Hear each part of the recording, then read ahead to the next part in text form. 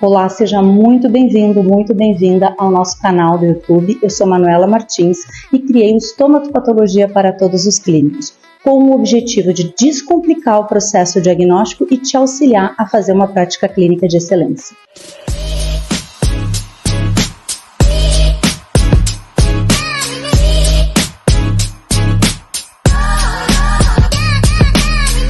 A aula que você vai assistir agora é uma aula gravada sobre lesões bucais que afetam crianças e adolescentes. Nós estamos trazendo aquelas que são mais comuns e que você pode e deve diagnosticar no seu dia a dia clínico. Acompanha e, se tiver dúvida, deixa suas mensagens aqui que nós vamos depois responder para você. Olá a todos. Hoje eu estou aqui representando o nosso grupo da Pato Estômato para ministrar a aula de estomatologia na Clínica Infanto-Juvenil. Quero agradecer o convite, né, dos regentes das disciplinas, tanto do diurno como do noturno, por oportunizar que a gente venha aqui relembrar as principais lesões com enfoque mais na criança e no adolescente. Bom, pessoal, eu vou dividir a aula em vários vídeos menores, tá? E aí disponibilizar para que os professores coloquem no Moodle e fique mais fácil de vocês assistirem. Antes da gente entrar nas lesões propriamente ditas, é fundamental a gente relembrar que a propedêutica clínica vai envolver uma série de etapas. E dentro dessa propedêutica clínica, se ela for bem realizada, nós vamos conseguir o nosso objetivo, que é diagnosticar corretamente as lesões e dar o tratamento adequado para o paciente em cada uma das situações. Então, na propedêutica clínica, o primeiro passo a gente chama de exame clínico, que é subdividido em anamnese e exame físico extra e intrabucal. Assim que a gente realiza essa anamnese, esse exame físico extra e intrabucal, e nós identificamos lesões, nós temos que aprender a descrever estas lesões, formular hipóteses diagnósticas e, de acordo com essas hipóteses diagnósticas, nós vamos escolher se a gente vai necessitar ou não de exames complementares. Esses exames complementares, como o nome já diz, né, eles complementam a avaliação, eles não excluem a avaliação clínica e a anamnese, tá? Então, a gente vai realizar esses exames complementares para, somando com a anamnese, somando com o exame físico extra e intrabucal, chegarmos ao diagnóstico definitivo da doença em si. Então, nenhum desses passos deve ser perdido para que a gente possa obter o diagnóstico o mais adequado possível. Uma vez com o diagnóstico estabelecido, a gente vai seguir para estabelecimento da conduta terapêutica, do prognóstico e da reavaliação desses pacientes. Muito bem, e quando que nós devemos realizar o exame clínico, a anamnese, o exame físico? Sempre, nós sempre temos que realizar em toda consulta, sim, o ideal é que se refaça a anamnese em toda consulta e que a gente realize o exame de mucosa em toda consulta. O exame de mucosa, ele é um exame bastante simples de ser feito e rápido, então nada justifica a gente não realizar um exame da mucosa bucal. Neste trabalho, mostrando aqui que em 90 segundos dá para a gente realizar o exame de câncer, que na verdade é o exame de mucosa, fica enfatizado que é um procedimento muito rápido a avaliação da mucosa bucal. E neste outro trabalho aqui, que é do grupo aqui da nossa faculdade, uma publicação onde envolveu a avaliação de indivíduos aqui de Porto Alegre, da Grande Porto Alegre, foi identificado que 30% dos indivíduos avaliados tinham algum tipo de lesão em boca. Claro que a maior parte deles são lesões reacionais, mas isso nos mostra que, por exemplo, de 180 atendimentos, nós vamos encontrar mais ou menos 60 alterações, 60 lesões, certo?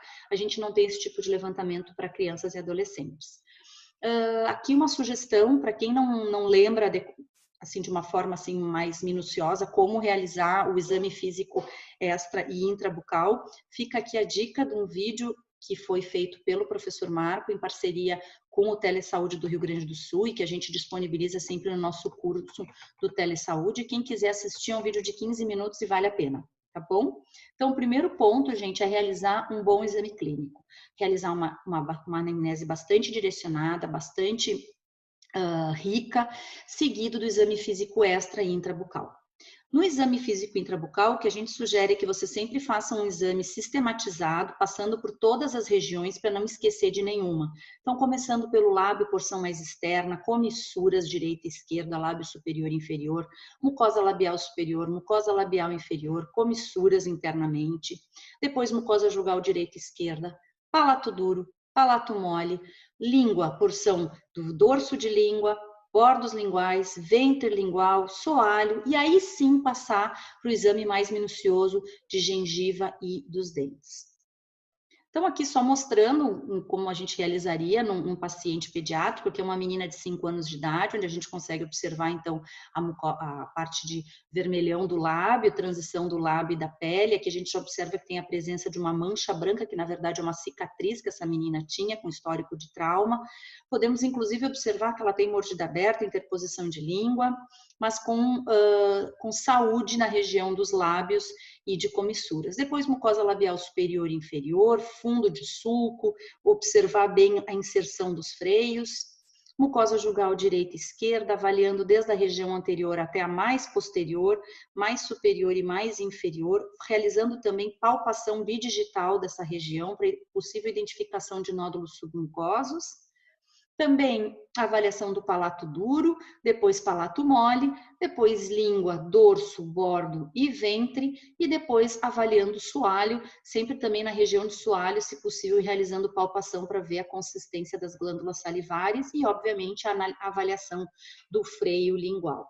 Certo? Uma vez que a gente identifique as lesões na boca dos pacientes durante o exame físico intrabucal, muito importante que a gente descreva essa lesão, qual é a lesão fundamental que o paciente está apresentando. Se é uma alteração de cor, a gente vai chamar de mancha. Se for uma alteração de cor com uma discreta elevação de superfície, nós vamos chamar de placa. Se nós tivermos um aumento de volume sólido, se for menor do que 5 milímetros, é pápula, maior do que 5 milímetros, nódulo. Se nós tivermos perda do epitélio na sua totalidade, exposição do conjuntivo, nós chamamos de úlcera. Se nós tivermos diminuição do epitélio sem exposição do conjuntivo, nós chamamos de erosão. E os aumentos de volume contendo líquido, nós vamos chamar de vesícula ou bolha. Além dessa lesão fundamental, é importantíssimo que a gente diga em qual é a localização, se é uma lesão única ou se são múltiplas, qual a superfície, qual a cor, o tempo de evolução, se tem sintomatologia ao toque, se é uma lesão recorrente, qual a relação com os planos teciduais, se ela infiltra ou se ela é bem delimitada. E frente a isso, com os aspectos clínicos bem evidenciados, junto com a anamnese, nós formulamos hipóteses diagnósticas. Para que serve essa hipótese? Para conduzir o passo seguinte. Se eu conseguir estabelecer o diagnóstico pelos aspectos clínicos e pela anamnese, eu não necessito fazer nenhum exame complementar. Mas se eu não conseguir estabelecer o diagnóstico pelo aspecto clínico e anamnese, eu tenho que fazer um exame complementar. E qual exame complementar? Dependendo da hipótese, eu vou pedir um exame de imagem. Dependendo da hipótese, eu vou realizar uma biópsia. Dependendo da hipótese, eu vou realizar um exame laboratorial. Então, vejam que o exame clínico é fundamental para que a gente solicite exames complementares. Para a gente finalizar esse primeiro bloco, é muito importante a gente também lembrar que existem desvios de normalidade, então alterações que nem são consideradas lesões propriamente ditas, e sim desvios da normalidade.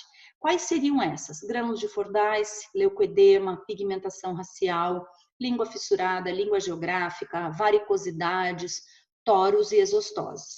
Então, aqui nesse slide, a gente pode ver os grânulos de Fordyce, a gente vê essas pápulas amareladas, que são super comuns em mucosa jugal e mucosa labial. Às vezes, elas estão em tão grande quantidade que chegam a formar placas. Aqui o leucoedema, onde a gente observa que tem essa área esbranquiçada, ele pode estar tanto só em mucosa jugal, como pode vir também para mucosa labial. E um dado importante é que quando a gente traciona, ele diminui ou até desaparece, tá? Aqui a pigmentação melânica, então a gente vê a pigmentação racial, aqui esse paciente também tinha hiperplasia gengival medicamentosa, mas a gente vê a pigmentação racial, pigmentação melânica, que pode não só estar na gengiva, como também mucosa jugal, língua e etc. Aqui a língua geográfica, a gente vê essas áreas despapiladas, nós vamos comentar mais para frente, que é a língua fissurada, aqui o tórus palatino, então a gente vê esse aumento de volume duro, indolor, na região do palato, e a mesma coisa na região na região mandibular, na região de pré-molares inferiores. O que eu quero dizer nesse primeiro bloco, gente? A gente só encontra aquilo que a gente acha, né? O que a gente procura. Então, quem procura, acha. Se você examinar, você vai encontrar lesões de boca, tá? Então, examinem a boca dos pacientes e com certeza vocês vão encontrar não só os desvios de normalidade, como também as lesões.